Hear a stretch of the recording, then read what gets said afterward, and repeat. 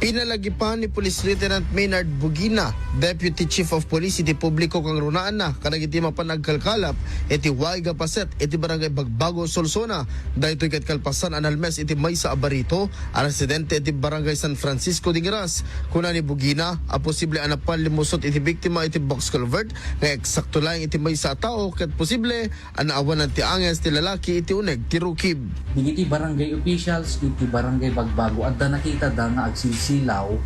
ijay box culvert nga iso ti apay nga adda silaw iti uneg iti box culvert karabi itaktak napan kinita digiti barangay officials tayo taano pa iti Bagbago nakita dan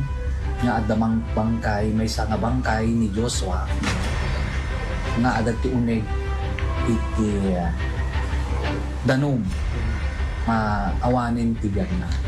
Kabayatan na impasingked di kagawad Jeffrey Agustino, opisyal iti barangay Bagbago, at daytoyen iti may kadwa na gundaway nga da iti matay iti dayta box culvert. Pamati da nga ado ti masensilawan da alames iti daytoy apaset ti waig. Min nga insidente nga bali second nga napasaada pasamak man idin kas di bali kas di mo lang. Kumbaga kalkalapon da di kas lama pandapan panaen adu malala da kano nga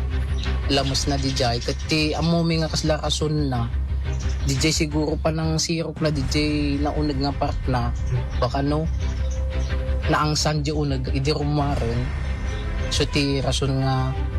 han nga naka-amisin so nga natrapi di unag Mainaig iti daytoy ket may panamnama amay pawilton ti agkalapon agsilaw iti lames iti dayta a lugar. Para iti IFM News, Idol Lawrence Martinez, Tatak IFM.